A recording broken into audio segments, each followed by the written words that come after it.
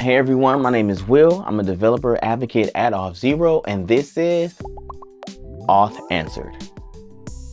This is a series where we'll take your most asked authentication and authorization questions and answer them for you. Today's episode is all about Auth0, and this is part 2. Let's get started. All right, so the first question, what languages does Auth0 support? Auth0 supports several different languages. We offer over 60 SDKs. You can use Node, PHP, JavaScript as far as some of the languages, and Swift. And as far as frameworks that we cover as well, we have Laravel, Next.js, as well as Java Spring. So like I said, over 60 SDKs that are available, so you can find what works for you and be able to integrate Auth0 with your application.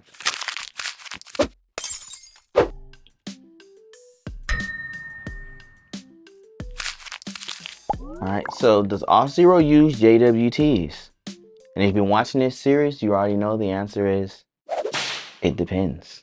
So if you're using one of our SDKs to handle the authentication process for you, once the user authenticates, they'll be issued those tokens depending on what you need them to do in your application. And those tokens will be JWTs, yes.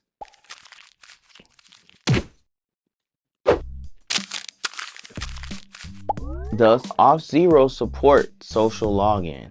Absolutely, yes. We support Google, X, LinkedIn.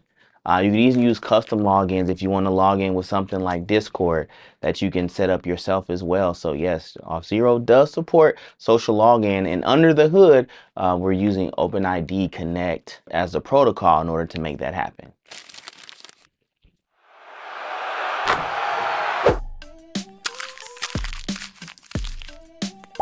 What are Auth0 custom prompts? Custom prompts is a feature in Auth0 that allows users to add custom fields to their sign up and login process. And it has two use cases. One could be custom content, and this can be static things like links, text, or images within the sign up flow. Or it could be data capture and use it to collect additional information like a last name or a company name or something along those lines. And the prompt from custom prompts is just a step within the authentication flow. And if you want to learn more about custom prompts, you can check out the docs.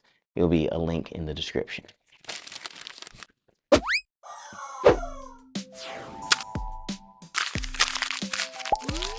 What are Auth0 actions?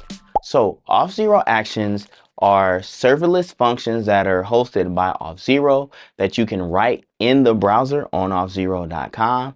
They allow you to interrupt the authentication flow, whether that's logging in, signing up, resetting a password, or saving the user to a database, and use it to insert custom logic that you write to customize the authentication to your needs. So you could save a user to a CRM using like a Zapier, or you can send a Slack message when you get a new user. Just ways to customize what happens when the user authenticates to your needs. And let's get to the next question.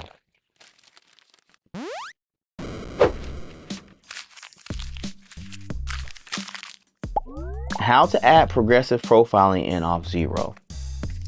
As of this filming, my favorite way to add progressive profiling is using Auth0 Forms. Auth0 Forms is a visual editor that we have in Auth0 that allows you to customize your login flow. So with progressive profiling, you can set up after a user logs in a certain amount of time, then you can have them add more information over time to their profile that you can use to gather more data without having a super long login form, and even use that data and save it to an ID token and use that to customize the user's profile page or change the content that they get showed based on the information that they enter. So if you want to learn more about forms, check out the docs.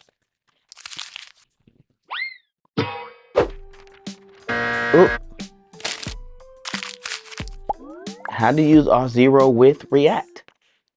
That's a great question. So to use Auth0 with React, you can use our React SDK. We have one specifically for React. We have one for Next.js. So if you're using the React framework, Next.js, you can use the Next.js SDK that we have. And if you're using React with mobile, using React Native, we have the React Native SDK. So depending on which way that you're using React, we have a way to help you make sure that React application is secure.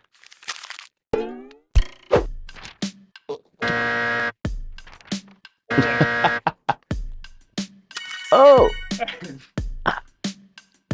balance. Where does Auth0 store tokens? Fantastic tokens and where to store them.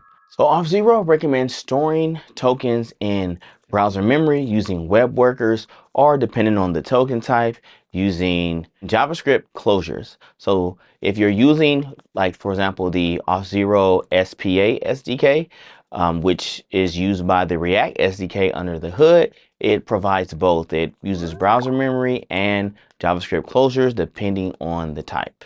If you're using a regular web application and is not making requests to APIs on your user's behalf, then no token storage is needed. But if you are using API calls for your user, then you would set them in a server-side session cookie with a max size of 4 kilobytes. So that is where Auth0 stores tokens.